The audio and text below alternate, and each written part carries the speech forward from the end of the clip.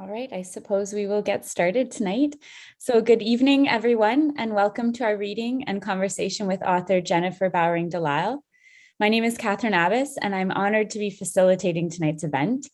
We are live on YouTube, and we'll be taking questions from any attendees tonight through YouTube's chat function. So as the event progresses, if you are feeling so inclined, please don't hesitate to post your questions on YouTube and they'll trickle my way, and I'll ensure we work them into our conversation tonight. So Jennifer Bowering Delisle is the author of Deriving, a collection of poetry, and the Bosun Chair, a lyric family memoir. She regularly teaches creative writing and is a board member of Edmonton's New West Press. She's a settler in Amiskwaciwâskahikan, and she's joining us here tonight as part of the Writers Guild of Alberta online reading series. This event is sponsored by Read Alberta and the University of Alberta Press. Spearheaded by the Book Publishers Association of Alberta, Read Alberta is a hub where Alberta's readers, authors, publishers, booksellers, and libraries can connect, support, and learn more about one another. They feature work by Alberta publishers and Alberta authors and illustrators in celebration of the distinct, diverse voices coming out of our own province amidst a shared backdrop of prairie fields, windswept badlands, boreal forest, rolling foothills, and majestic mountains. And you can learn more about them at readalberta.ca. The University of Alberta Press is a unit of the University of Alberta Library operating since 1969. It has a reputation for publishing books that have scholarly impact, demonstrate publishing innovation, and achieve creative distinction. Of course, it's also the publisher of Jennifer's latest poetry collection, Deriving. So thank you so much for being here with us tonight, Jennifer. We're very excited to hear you read. So without further ado, I'll hand the imaginary microphone over to you. Thank you so much. Thanks so much, Catherine. Thank you for that intro and for hosting tonight. I also really want to thank the Writers Guild of Alberta, particularly Sadie, for organizing this. Thanks to Read Alberta, and thanks to everyone at U of A Press. And thank you to all the people who read and gave me feedback on the book along the way, particularly my editor, Jenny Edwards. And I also want to take a moment to thank and remember Doug Barber, who passed away on Saturday. Doug was an icon of poetry and publishing and in Alberta, and I'm really honored to have worked with him on the board of New West Press. So as Catherine said, I'm coming to you from Treaty 6 territory in Amiskwaciwâskahikan, and I'm really profoundly grateful for that. And as a settler and a treaty person, it was something that was always on my mind as I was writing this book, as I was thinking about how language itself is shaped by colonialism and thinking about my own place in the community and my role as a mother. And it's something particularly on my mind tonight with the National Day of Truth and Reconciliation tomorrow. So reading Indigenous literature will definitely be part of my day of reflection tomorrow. So I'm going to start with a piece that is really rooted in my experience of this place. It's called North Saskatchewan. It carries glacial genes from the ice fields. Snow-fed, it knows how to be a body in the cold. Every day the train crossed the river, 20 seconds of light between the tunnels through the banks. I watched it freeze up, rafts of white snagging beneath the bridge, frazzled ice, pans linked along the shoreline. Inside me, my son was building white fat on bone. He was born in December, when the days were narrowed, seconds of light between the black banks of a northern night. Next December, he will touch snow and watch the river from the bridge, the brushstrokes of wind, the city outfalls melting open leads.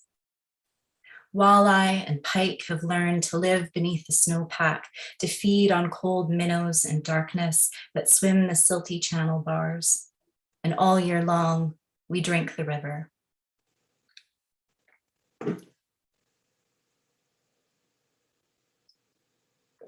So a lot of this book uses the etymology of a word as a prompt or starting point, and then riffs off of that origin as I connect the word to my own experience. So I'm going to read the first piece in the collection called Etymology. Descartes thought worms birthed spontaneous in soil and heat. Sudden maggots in rotting flesh were proof of God, until Francesco Redi placed meat in sealed and open flasks, watched worms devour skinned frogs. Etymology, from entomos, meaning cut, cut up.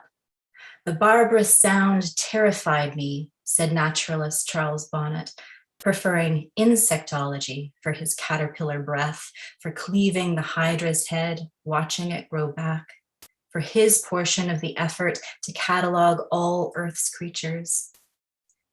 Etymology, from etymos, meaning true. You can tell a carnivore by the contents of the belly. English shares the word for meat with French, beef, bœuf, pork, pork. But the words for animals with German, cow, Kuh, swine, Schwein. This is a story of the Norman conquest, of who ate the meat and who farmed it, just as other words tell other stories of things cataloged, consumed, banana, curry, of shores landed on and flagged, specimens pinned in curiosity cabinets, and larger creatures oogled in menageries, kangaroo, orangutan. English is formed by deriving and compounding onomatopoeia and loanwords, a term that falsely suggests we give them back. And if we could give them back, if we would, it would be as cut, not as truth, not as animal alive and growing, but as meat that's been in our mouths.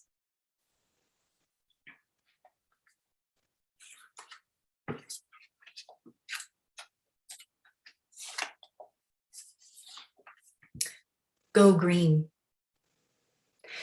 Green because the trees, because the rainforest canopy, light as long as history, because the vine, the moss, the Honduran brook frog, but it could have easily been go blue. For clean sky, ocean swaddle, the whales, the rainy day, minor sax notes of loss.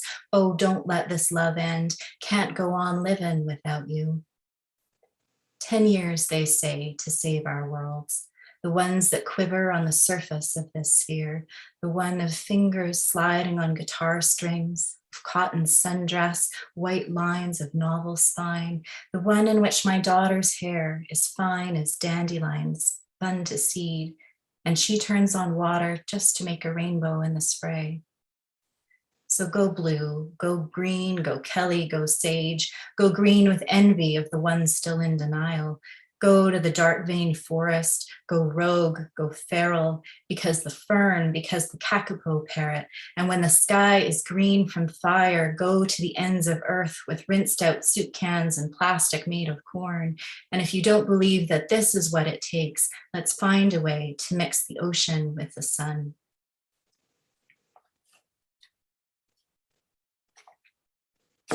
This next one is called Precarious.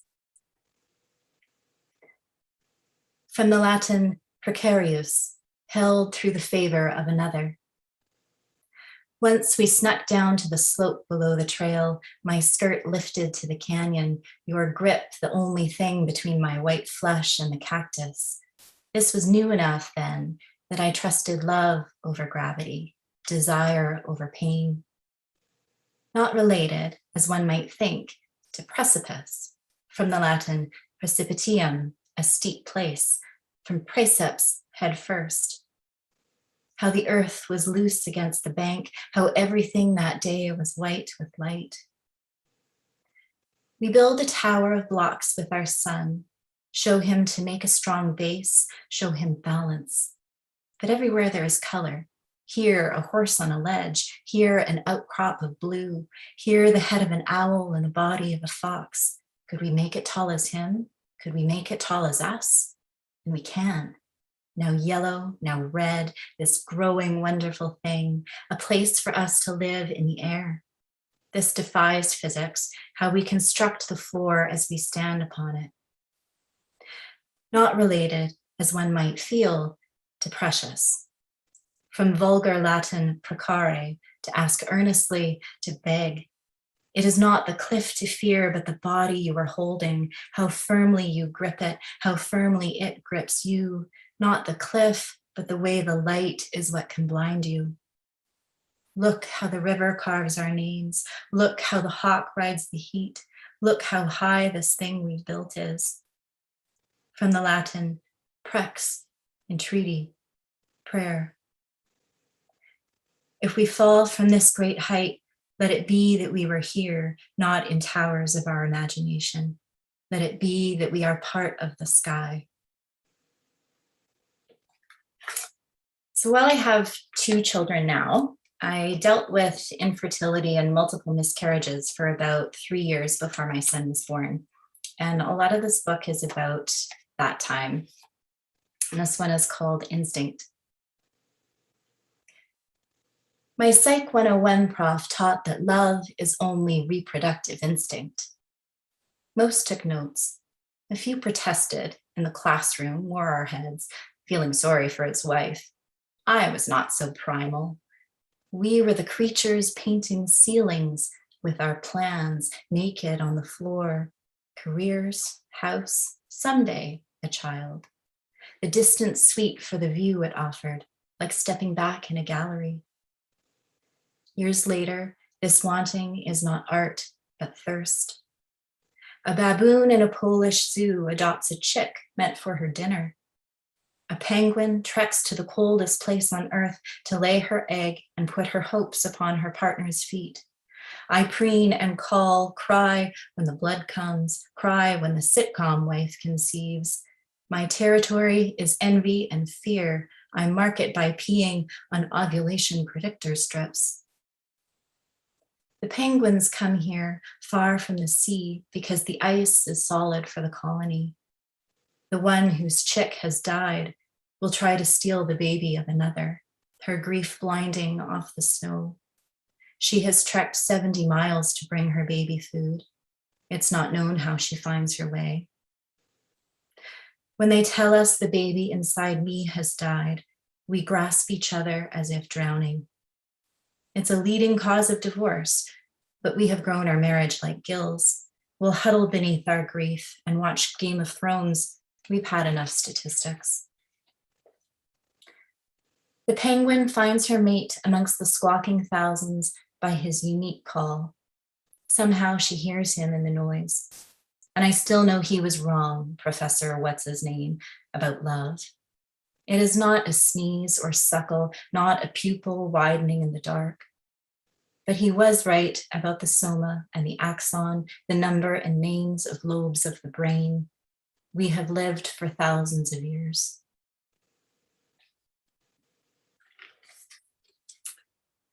So this next one is a poem about moving home back to Alberta after living in Vancouver for a number of years.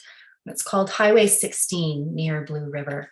A lot of you probably know that stretch of road just on the other side of the Alberta-BC border. Highway 16 near Blue River. Mountain highway, leg through skirts of spruce, recumbent, knee-capped. We know this road. We're watching for the spot where we hit the ditch that winter, just to say, there it is. The road had awakened with a sudden kick. Black ice flicked us like a fly. If there'd been oncoming traffic, if there'd been a stand of trees. Now tourists park in the sun and run across lanes to photograph elk. Houseplants on the back seat, we're headed where the highway meets the ring road, looking for home in the place it used to be. Here, after the bend. No, the trees were thicker. No, the ditch was deeper. If it had been at this cliff, or there, the frozen lake. But there was only snow. Now, thick brush has grown over scars. It's summer and the road is dry. We'll buy a little bungalow and also curtains, and you'll plant a garden. We'll leave behind the winter, the glimpse, the embankment. Here, yes, the straight stretch where we waited for the tow truck, snow filling our boots. It may not really be the spot, and we don't stop anyway. There's another line that marks the province, where in an instant we age an hour, and there's still miles to go.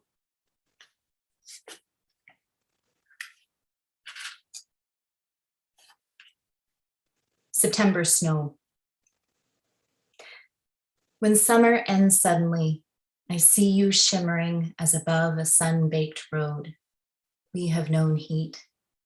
We haven't yet deflated the kids' pool. We haven't yet picked the herbs to dry, and your body glimpsed at bedtime between t-shirt and dark is brown as the unchanged hairs. The robins look bewildered by the sugar covering their food. They miss the earth.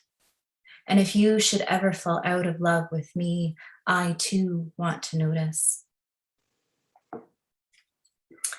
So I've been thinking a lot lately about joy and hope as both content and part of poetic practice, trying to foster that as much as I can in these times that don't lend itself to that.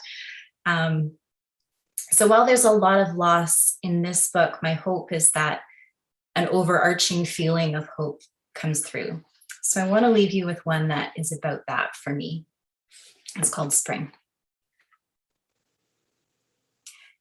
Mittens lost in snow are budding in the grass, and now it is still light after supper.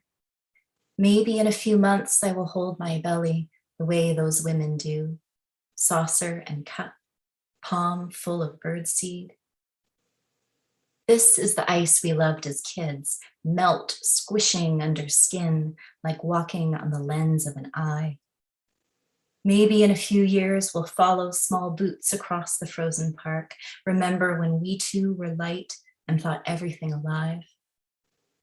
Now we wait for sky to hold its light like water in a blue glass. We put our scarves in our pockets, and there are so many birds. Thanks so much.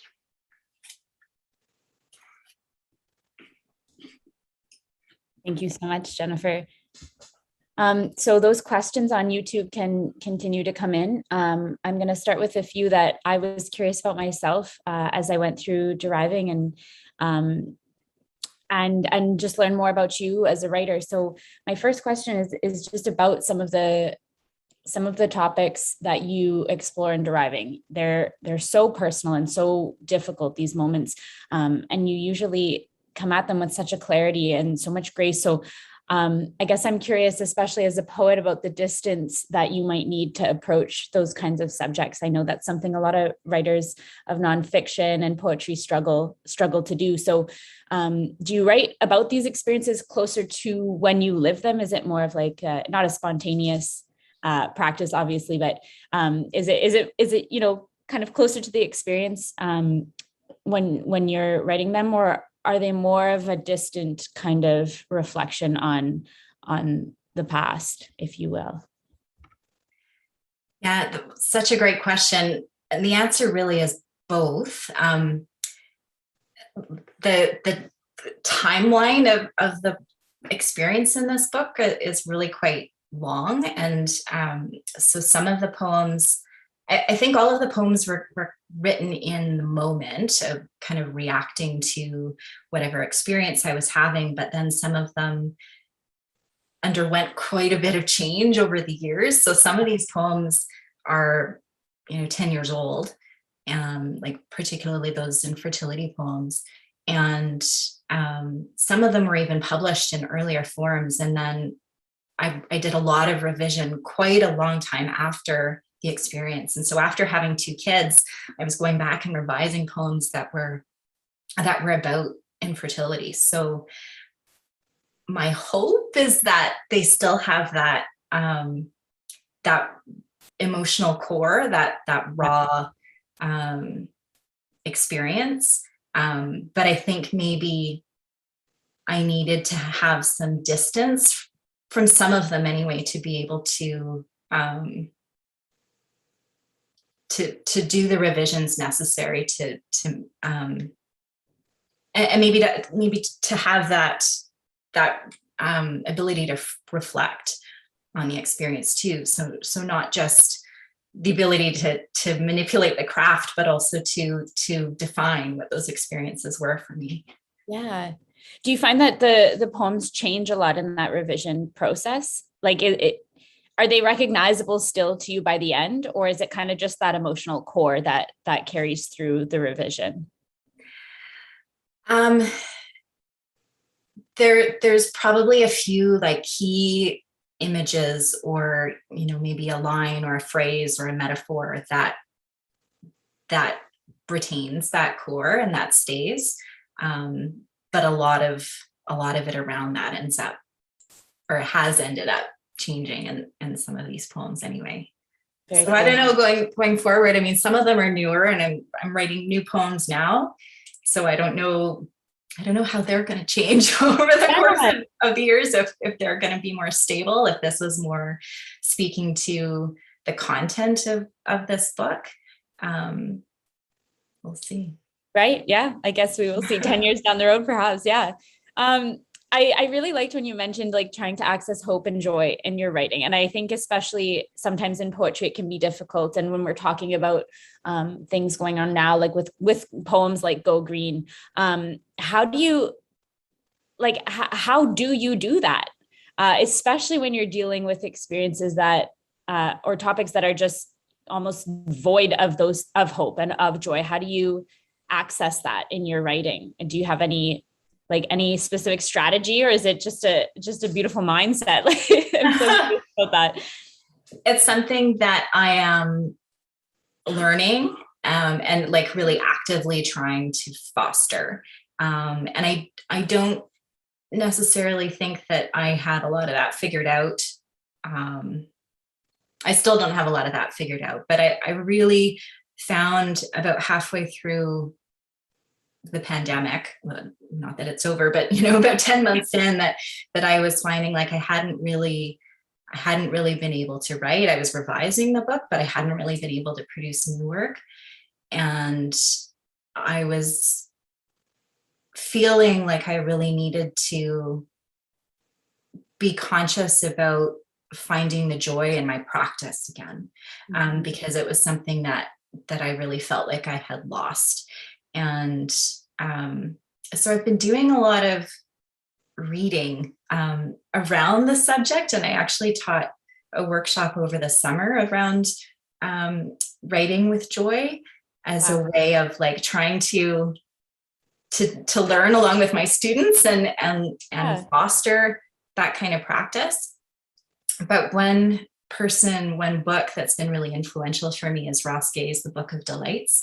If you don't know Ross Gay, he's a fantastic American poet, and he wrote this book of what he calls essayettes. He decided that he was going to write a little mini essay about something that delighted him every day for a year.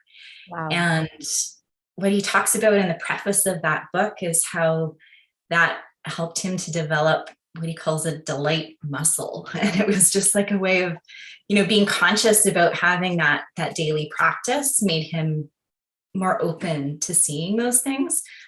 So I've been trying to do that. I have been finding that that's been useful and like generative. Less so lately, to be honest with you, like just with the way things are going these days, it's been a struggle, I'll be honest. But I think we also have to find ways to forgive ourselves and just like acknowledge where we are emotionally at a given time. So. Oh, for sure. Yeah. No, I like the idea of it being almost a muscle that you can kind of flex or improve or strengthen as you practice. So that's really interesting. In terms of what motivates your writing, is there like a public or a personal motivation for you? Like what gets you to sit down and put words on a page, or maybe it's just an experience that feels that it needs to be shared in some way. Do you have any kind of like specific motivation behind your writing, behind your poetry? Yeah, I think it depends on the moment, and I think it depends on the piece. I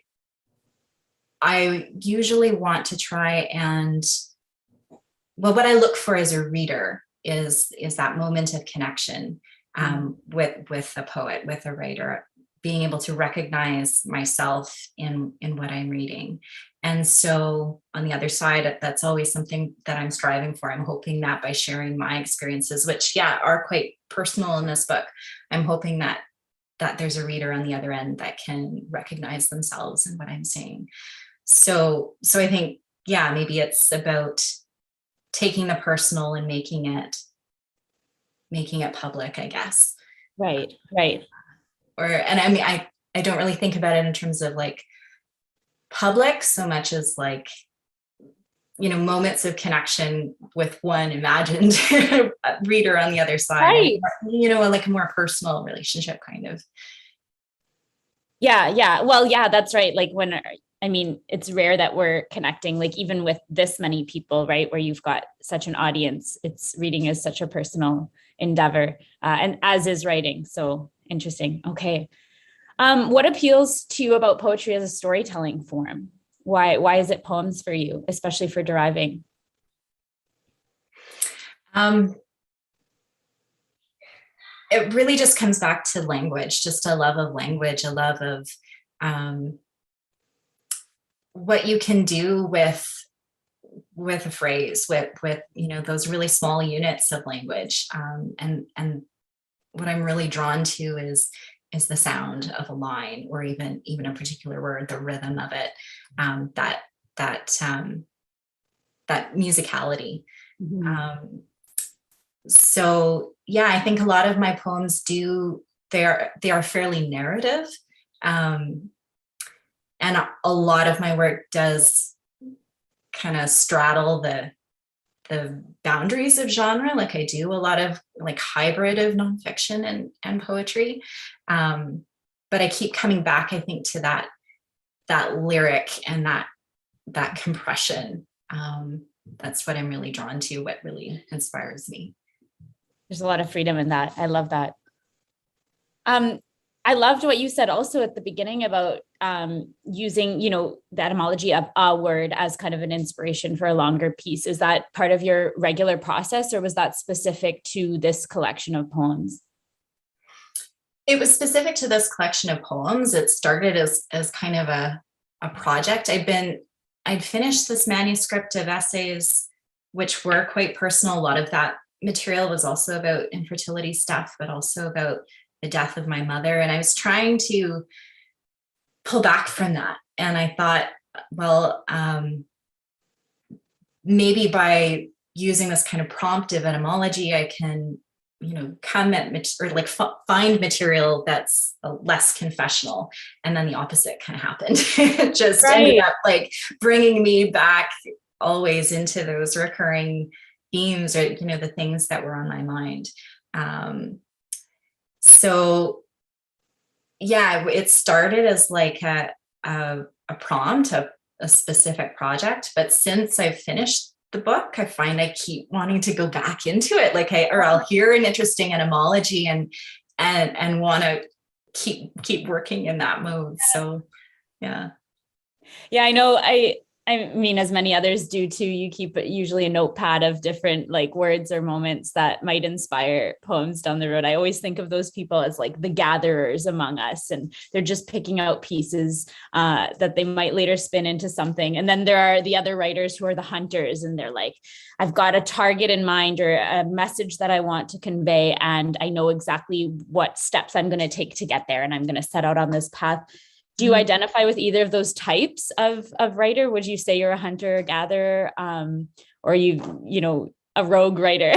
I haven't heard that metaphor before, but I think it works. Definitely gatherer is what I was identifying with as you were describing those two things. I think I've tried to be a hunter and have ended up catching things I didn't expect, which maybe is a process in itself, right? That's not always necessarily a bad thing, but Cool.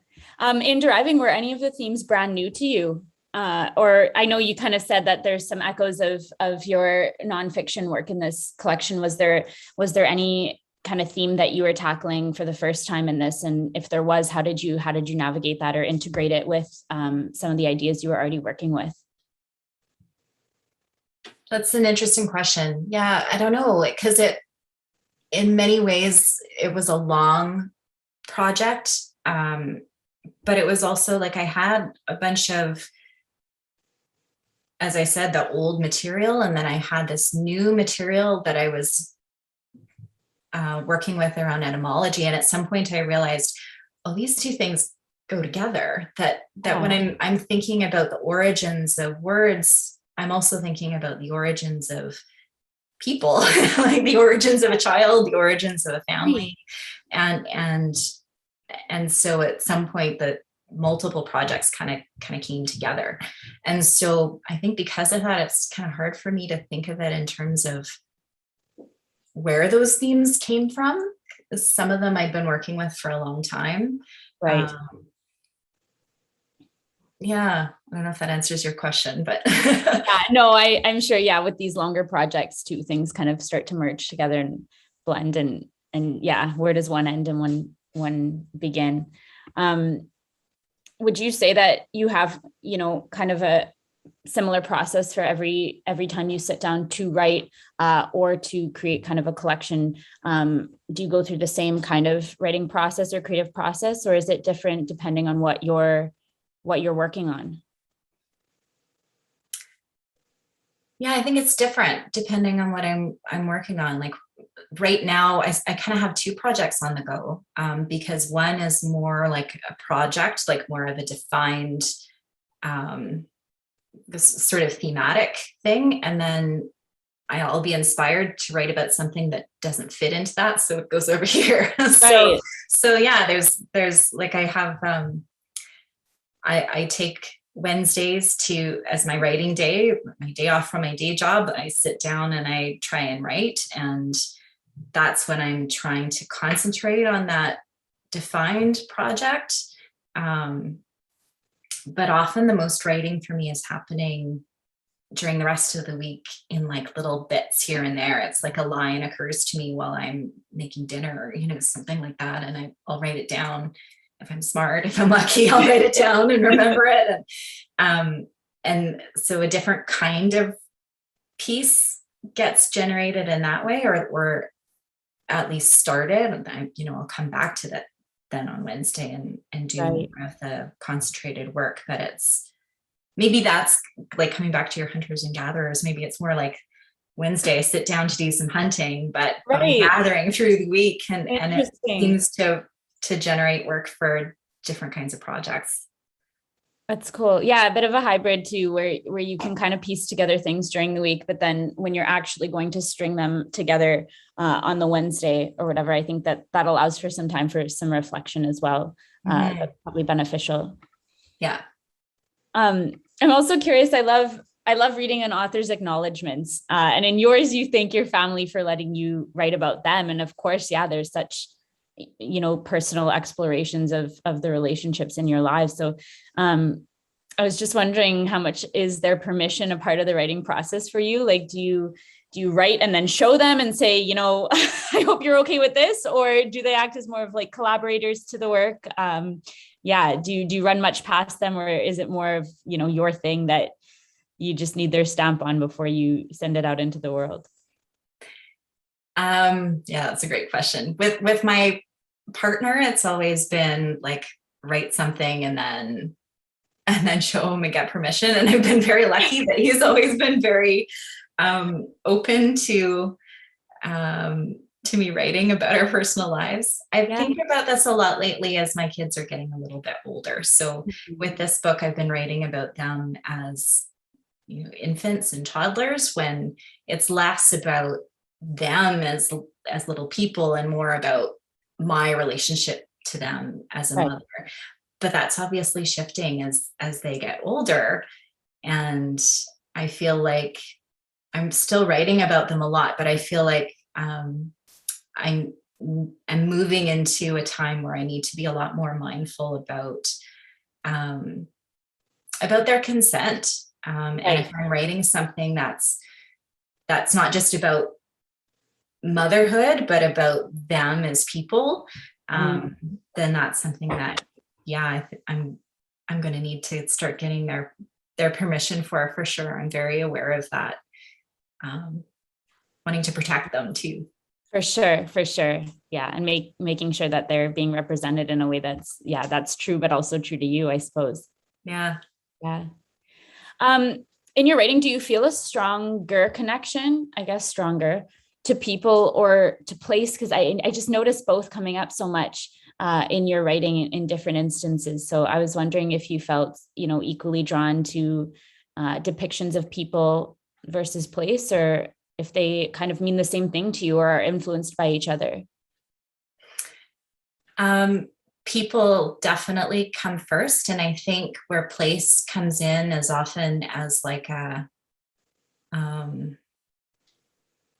maybe a way of understanding another person. Like I'm thinking of the more place-based poems in this book. They're really like, there's a lot of poems that are really connected to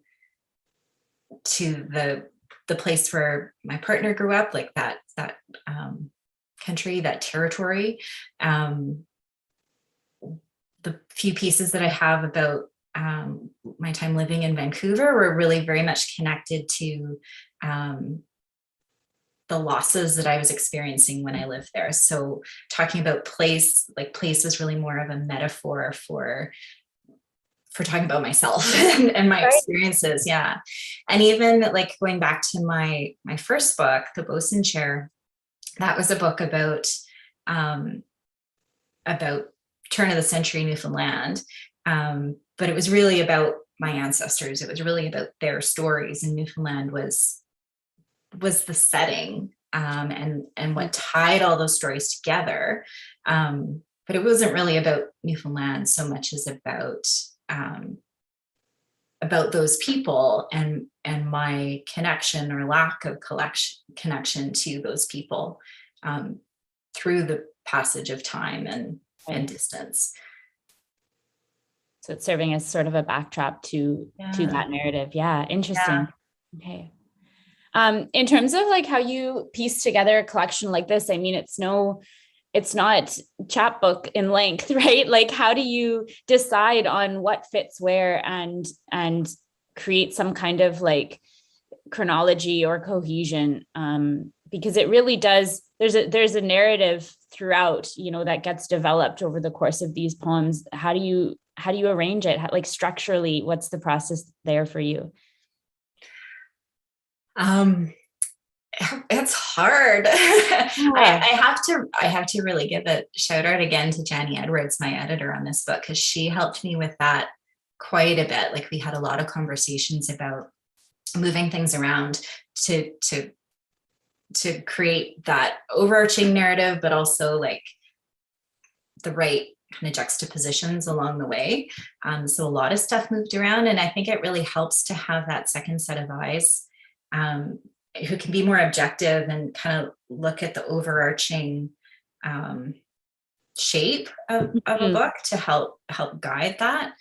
I found that with lots of different projects that I really struggle with, where does this go? Because I don't tend to write in a really chronological, linear kind of way. And so if things, one piece might encompass like two vastly different time periods. So where do you put a piece like that? So that's something that I think I struggle with a little bit, but have had a lot of wonderful help with. Well, I think, you wouldn't know that you struggle based on this collection, at least. But yeah, I always imagine gatherers as the people with the giant cork boards, and every poem has its own sticky note, and it's just like a mishmash of of stuff with no order, but it really came together here. Thanks. At what point do you feel you've arrived at an ending then for a work like this, where you do have so many different pieces? Like, besides just handing it over to an editor, a publisher, when do you personally feel that, you have arrived in any capacity? When your publisher says you can't make any more edits, it's time for it to go to cut off.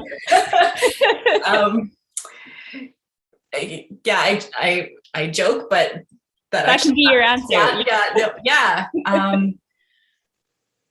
Yeah, I mean, again, I think it's something that I struggle with. Like, as I mentioned, I had pieces that were published in a much earlier form that then I rewrote, I changed. So I think, like, what's that? I can't remember who said it originally, that adage of a poem is never finished, only abandoned. And I think you can say that about a collection as a whole too, that you could continue to manipulate it. And I mean, maybe it's a problem when you're trying to like work toward a deadline and, get something finished, or, even just work towards sending something out. But there's also something kind of cool about that vitality of a book, that you feel like it could keep living on and changing. And I just saw a friend of mine was interviewed recently, and she was talking about advice from Fred Waugh around exactly that. And Fred Waugh had said that that a poem doesn't, like, it's like alive. I can't remember exactly how he phrased it, but that, it's not like a static thing, that you have permission even after you've published it to go back and rewrite it. And that's part of the life of a poem. And I really like that idea. Maybe because it gave me permission to to do what I'd already been doing. Well, we always need that validation. I like the word vitality for it too, because you're right. These can undergo so many edits and be almost unrecognizable by the end. But yeah, there's something so alive about poetry, even when it is, bound together by string and paper and everything else. So just speaking to the fact that some of these poems have appeared in other literary journals in advance of Deriving, is there a comparison that you can make between the feelings of accomplishment when you do get, an individual poem published versus this collection where everything's together in one space with your name on it? I guess I'm kind of asking, like, is success to you no matter the scale, or how do you measure success as a poet, or do you at all? Maybe you don't measure it at all and you just write to write. It's funny because I was just having a conversation about something very similar to this with my partner, like last night, which was kind of about the opposite, that like, no matter how many successes you've had, how many publications, like there's still so often this sense of imposter syndrome that sometimes creeps in, or like, you get one thing published, but then the next thing is rejected, and that rejection hits so much harder than the acceptance does. And, just kind of what we do as writers in our brains is we're so hard on ourselves. And I don't think it's just me. So yeah, I don't know how to answer that. I think we just, and I'm speaking for myself, we just have to figure out a way to really celebrate those successes, whatever they look like, and focus on those, and try and roll with the other stuff, roll with the rejections a little bit more. Yeah. I love there's such optimism in that answer. I love that. Yeah, I'm trying to talk myself into that. Well, every writer has a folder chock full of rejection. So yeah, definitely. One of our viewers has a question about advice for working on a poetry collection. So specifically, how do you, and I know we kind of touched on this, but independent of your editor, how do you decide how to organize or group poems, especially into sections, or to create that kind of narrative? Yeah. I'm not sure what else to say, because again, I don't necessarily feel like I'm great at that, or like I've really figured that out yet. I think I have like literally printed all the titles of a collection and cut them up with scissors and then moved them around. But actually that was helpful, I think, because you can start to go small, right? You can think, okay, well, I definitely want this one to come after this one because there's like some kind of thread there. And I definitely want this one to come before this one, because there's a metaphor here that really builds off of something that happened over here. And so you can start to make those small choices, and then gradually the bigger picture kind of takes shape. So that's something that I've tried in the past, but yeah, again, I don't necessarily feel like I have the right answer to that one yet. I'm sure it's different for different writers too. Yeah, but start small. Okay. And then I guess it takes form on its own sometimes too. These are living things that we're working with. Yeah. So I guess last question, what is inspiring you now, or next, what's to come? I know you're working on probably a few different things, but is there anything in particular that's, making you feel that urge to sit down on Wednesdays and write and put voice to your experiences? Yeah, well, as I mentioned, I had that project that I gave myself of thinking about my joyful process, and so I do have some work that's come out of that I'm going to keep on just kind of adding to, and not necessarily we'll just kind of see where it goes. Yeah. And I have another project of poetry that I'm just gonna keep it to myself for now. it's very thematic, but it's still in the early stages. So that's when they're hardest to talk about. Yeah. Yeah. Yeah. Okay. We'll let you keep your secret then. Well, thank you so much for your words and your wisdom, and for chatting with us in that beautiful reading. And it's just such a treat to hear from you and be able to host you here in this way. So thank you very much for that. And I'll also say thank you to Read Alberta and the University of Alberta Press for sponsoring this event. Next week for the series, we'll be hosting Barb Howard and hearing her read from Happy Sands. And tonight we'll just say one last thank you to Jennifer, and to everybody who tuned in on YouTube. So thank you again, and have a great evening, everybody. Take good care. Thank you.